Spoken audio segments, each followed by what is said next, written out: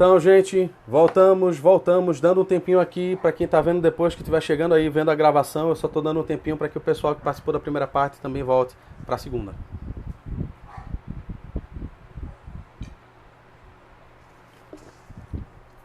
Bebendo uma aguinha aqui, só para recuperar o fôlego.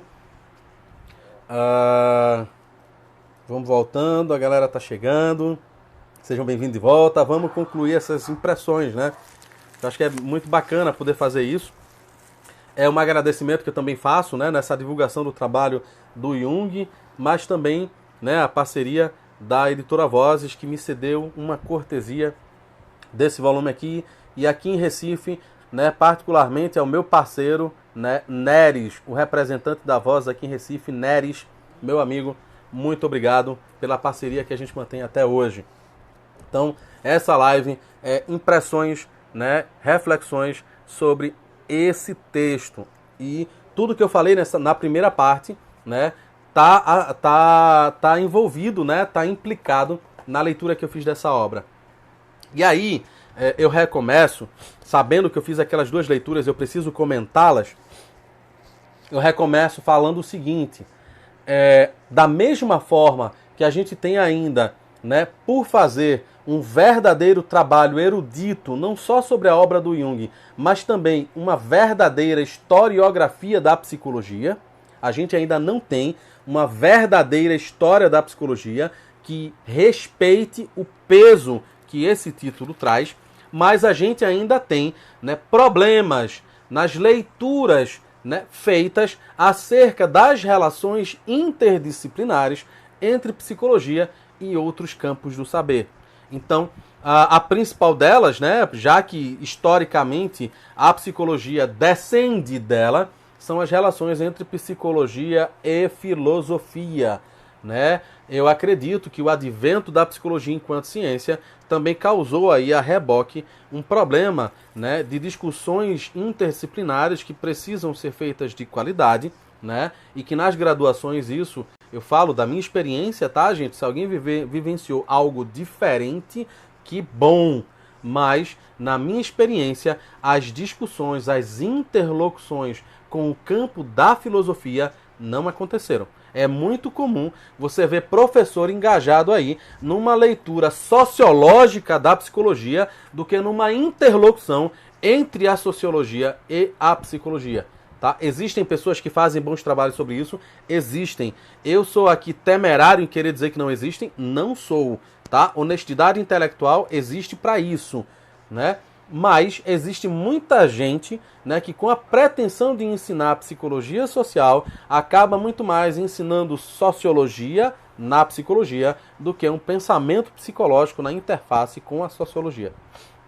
E aí, isso é importante porque nessa busca por uma história da psicologia moderna, o Jung vai passear nesse texto, né, pelos principais representantes da filosofia e do pensamento científico, né, não só da época, não só anterior à época dele, mas contemporâneo a ele.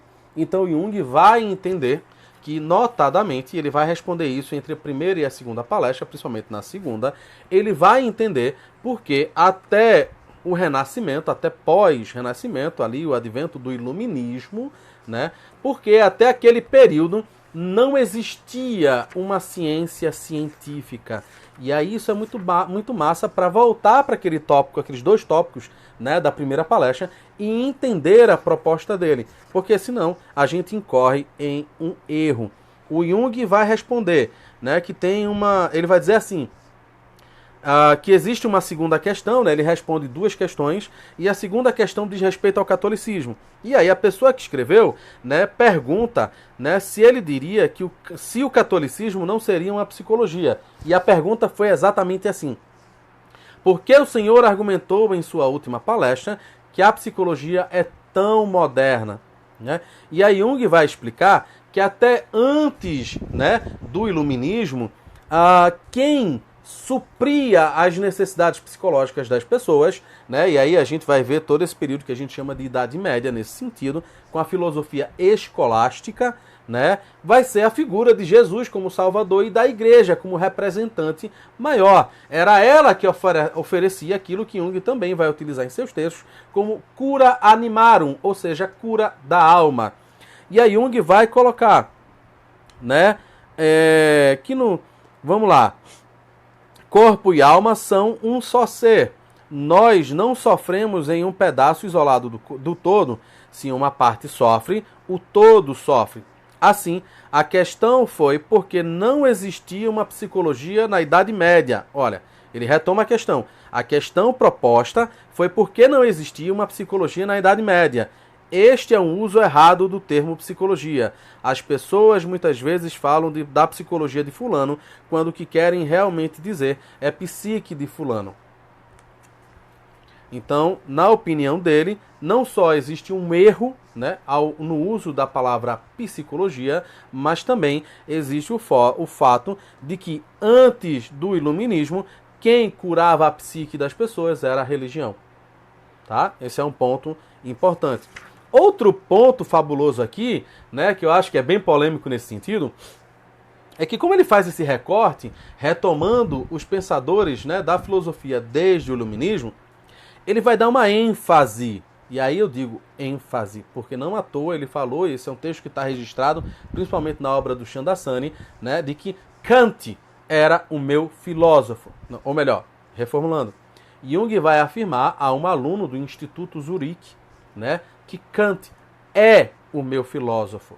Então, durante toda a vida dele, mesmo que com a produção de textos acerca da sincronicidade, Jung venha a questionar a validade de visões, né, kantianas acerca de tempo e espaço, mas ainda assim Kant é o seu filósofo. Então Jung vai dar uma ênfase a esse ponto, isso é importante. Por quê? Porque como Jung dá uma ênfase ao pensamento kantiano, e ele explica isso em vários momentos do porquê a obra do Kant é importante para ele, né? Eu já fiz até um post sobre isso aqui no Instagram, né? Se a dialética junguiana seria hegeliana, né? Um post até que gerou uma boa controvérsia, mas Jung ele volta a afirmar, né, que ele entende que Hegel seria não um filósofo, mas um psicólogo, né? E o espaço que Jung dá, diferente do que Jung dá a Kant, Jung dá um espaço muito menor, daí dando, de fato, né, enfatizando o quanto para a produção epistemológica da sua psicologia, Hegel não ocupou um espaço de visibilidade, de importância como Hegel ou como Kant, né? Então Hegel para Jung, né, não é muito complicado tentar fazer uma leitura hegeliana da obra do Jung, por mais que Jung atribua a Hegel um pensamento psicológico muito mais do que filosófico, ou seja, que ele seria um psicólogo enrustido, né, que seria muito mais psicólogo do que filósofo. Todos esses textos eles convergem para essa afirmação que ele faz para esse aluno, né? A obra dele é marcada por uma perspectiva kantiana, e mesmo quando ele questiona tópicos importantes para Kant, né, ainda assim ele não abandona a epistemologia de Kant. Então, fazer uma leitura hegeliana da obra do Jung é como fazer uma leitura platônica da obra do Jung.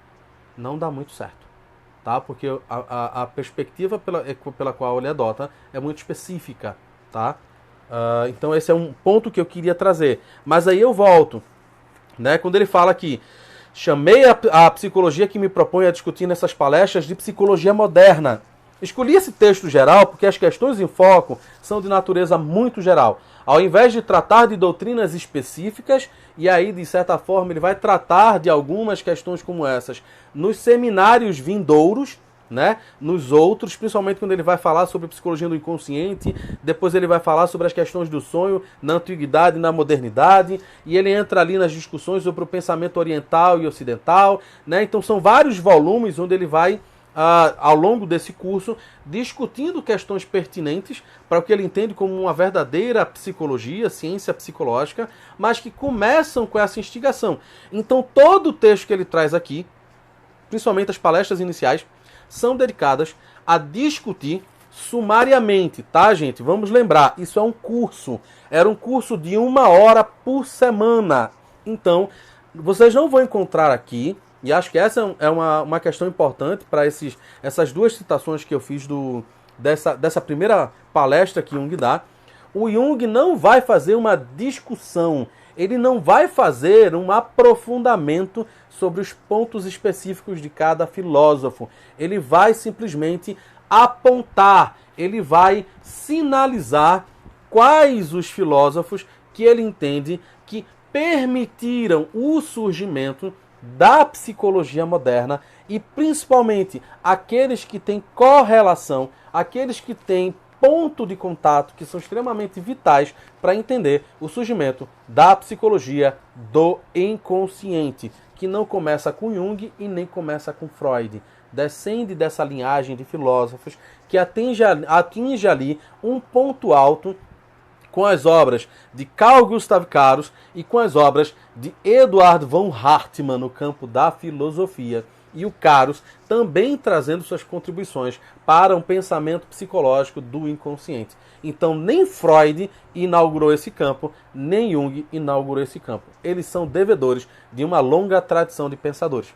E é isso que Jung faz nesse texto. Ele começa discutindo, né, esses pensadores iluministas franceses, depois ele passeia um pouco pelo pensamento, né, filosófico e psicológico alemão, ali principalmente com Christian Wolff, né? Depois ele vai passar para os empiristas britânicos, ingleses, né, vai discutir ali, trazer pensadores, especialmente como Locke, né, para depois voltar para os alemães, né, e dar curso às suas reflexões.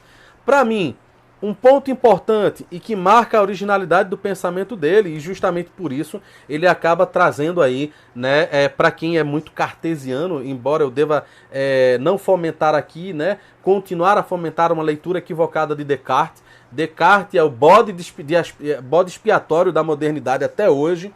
Todo mundo adora sentar, né, uma paulada no Descartes, mas normalmente a maioria das pessoas, eu me incluo nisso, né, honestidade intelectual de novo, eu me incluo nas pessoas que ainda não têm um conhecimento devidamente profundo sobre a sua obra. Então é muito comum que se repita críticas ao Descartes sem conhecimento da obra do Descartes, o que é apenas uma papagaiada. Como acontece muita gente, tem até videozinhos memêmicos, né, que eu posso dizer aqui, né, um neologismo, memêmicos, porque são memes gravados, né, não são mais aquelas produções de uma imagem mímica, mas assim, são vídeos humorísticos que tendem a ironizar um comportamento contemporâneo muito comum, principalmente para uma galerinha da psicologia, que é a ideia de que se você citar Foucault, o debate é irrefutável.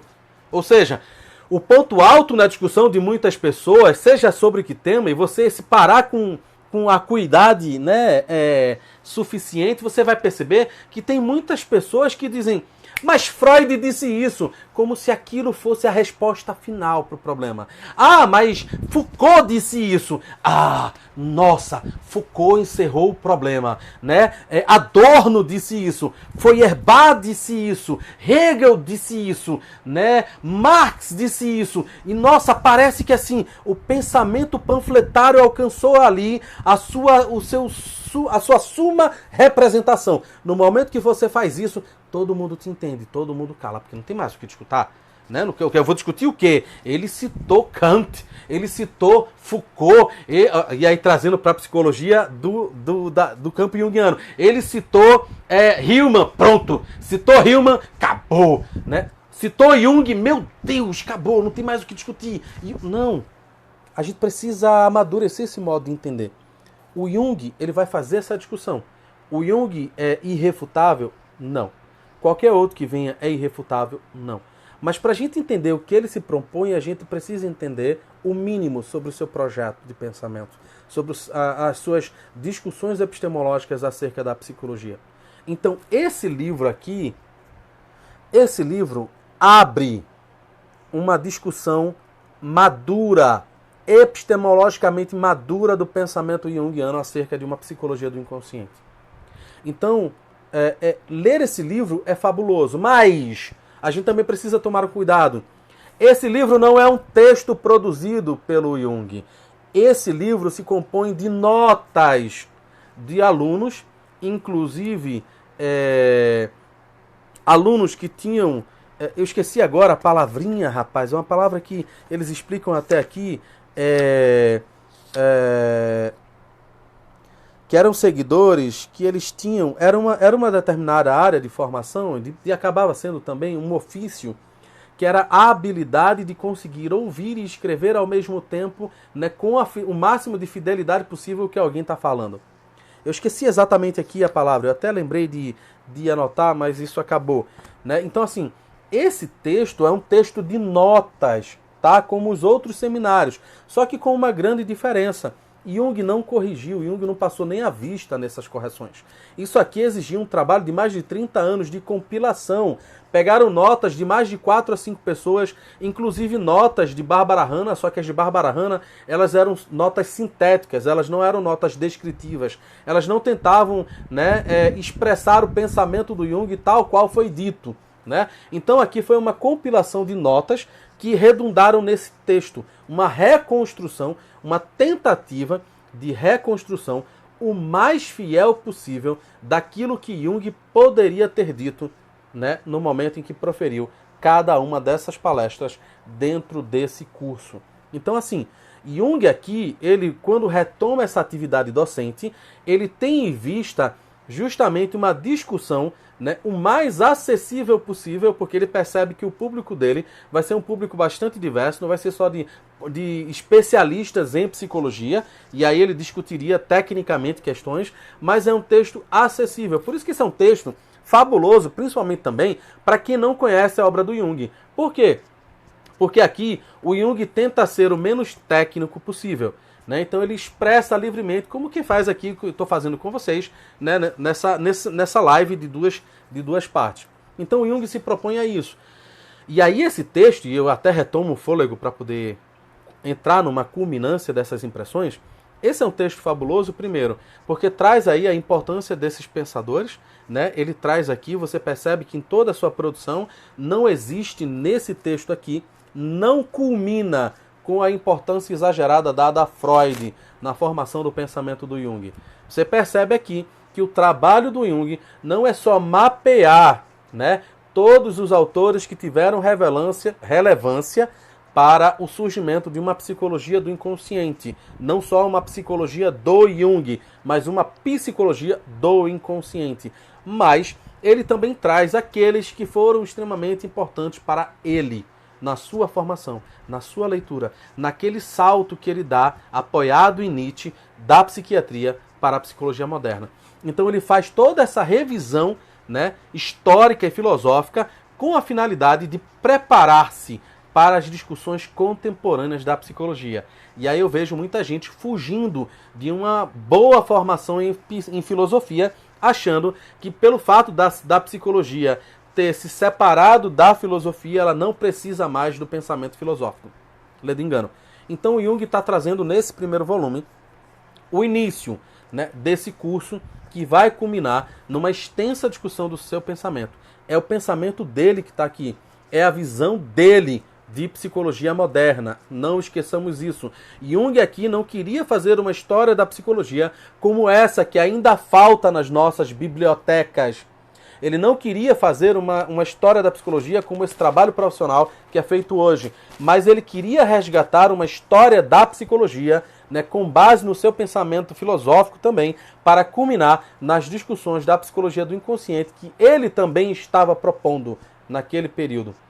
E esse texto é extremamente importante porque a última versão, a última reedição que Jung faz desse livro aqui, por exemplo, é publicado em outubro de 1934. Ou seja, esse volume que a gente lê, nessa versão definitiva, ele é publicado posteriormente ao início desse curso. Então perceba, né, o quanto ter estruturado esse curso, o quanto ter ministrado esse curso, permitiu ao Jung a produção de textos extremamente importantes para a gente. Textos que são importantes por estarem nesse volume, textos que são importantes por estarem nesse volume e, para fechar, textos principalmente que são importantes por estarem nesse volume. Não à toa a prática da psicologia, da psicoterapia, fora o homem e os seus símbolos e a famigerada autobiografia, né? O Prática da Psicoterapia foi o primeiro volume a ser produzido e, de certa forma, é um dos textos mais populares do Jung. Por quê? Porque aqui se condensam textos, notadamente desse período entre 1928 e 1954, mas principalmente do período de 1930. Tá? Esse período da década de 30 foi extremamente importante, porque é onde Jung vai consolidar o seu pensamento. E é interessante porque, assim, esses 8 volumes, né, do qual esse aqui é o primeiro, você encontra uma síntese técnica verdadeiramente científica, um texto amadurecido do Jung, né, que é um verdadeiro apanhado. Esse volume aqui e todos os outros 7, você vai encontrar aqui num texto chamado Considerações Teóricas sobre a Natureza do Psíquico. Um texto que vai ser publicado, se me recordo bem agora, eu posso estar até errado na data, tá? Eu vou até olhar para não correr esse risco, essa precisão aqui eu queria guardar. Veja, esse texto aqui, tá? Considerações Teóricas sobre a Natureza do Psíquico, volume aqui, ó, volume 8, para que vocês possam ver. Ele é produzido em 1946. E esse texto, eu posso afirmar, isso é opinião minha, tá? É uma síntese já madura, já verdadeiramente científica, escrita como comumente nos textos técnicos científicos do Jung, né? Desse percurso que Jung faz de 1933 a 1941. Então, esse texto aqui, além de ser fabuloso como material histórico, ele é muito interessante para enterrar de vez, se ainda tem dúvidas, né, a tal da lenda freudiana. E Jung não descende de Freud. E esse texto aqui mostra a maturidade, a profundidade e a amplitude do pensamento do Jung.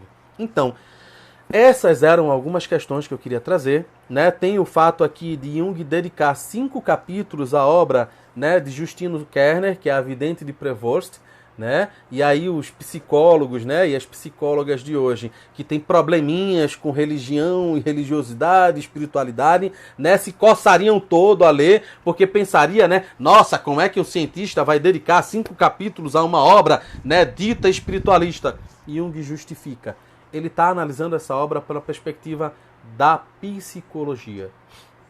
Então ele traz essa obra porque ele considera importante, porque os relatos de Justinus Kerner, né, iluminam e alimentam discussões que Jung já levantava nos campos da psicopatologia sobre psicologia, sobre condições, sobre funções, sobre cognição. Então ele analisa essas questões a partir disso. E ele guarda 2 palestras sobre o livro de Theodore Flournoy, que é o Da Índia ao Planeta Marte. Tá? Esse livro é extremamente importante, por quê? Porque esse livro, que é muito conhecido por movimentos espiritualistas, como aquele movimento, né, anglo-saxão, que é conhecido como espiritualismo moderno, que é capitaneado aí também por figuras como William James, né, como Arthur Conan Doyle e vários outros literatos, intelectuais e cientistas de época, né, e que também vai estar muito presente no movimento espiritualista que surge na França chamado Espiritismo.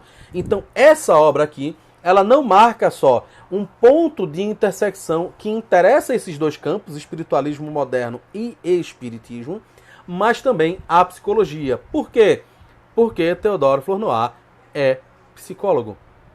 Foi psicólogo. E ele foi praticamente o primeiro professor de uma disciplina de psicologia dentro, né, da grande área do prédio de ciências naturais. Então, se Wundt inaugura, né, o que a gente chama como laboratório de psicologia científica, né, o Flournoy, né, em Genebra, ele vai ser o primeiro professor de psicologia, não mais, né, no grande campo das ciências humanas, mas sim no campo das ciências naturais, né? De certa forma, como Flournoy afirma numa troca de cartas com William James, é um reconhecimento tácito da ciência psicológica. Então, assim, esse texto do Flor Noir é um texto que o Jung também dedica 2 palestras, né, 2 dias em 2 semanas, né, para falar. Então esse é um texto bem interessante, essa história da psicologia moderna que Jung decide contar,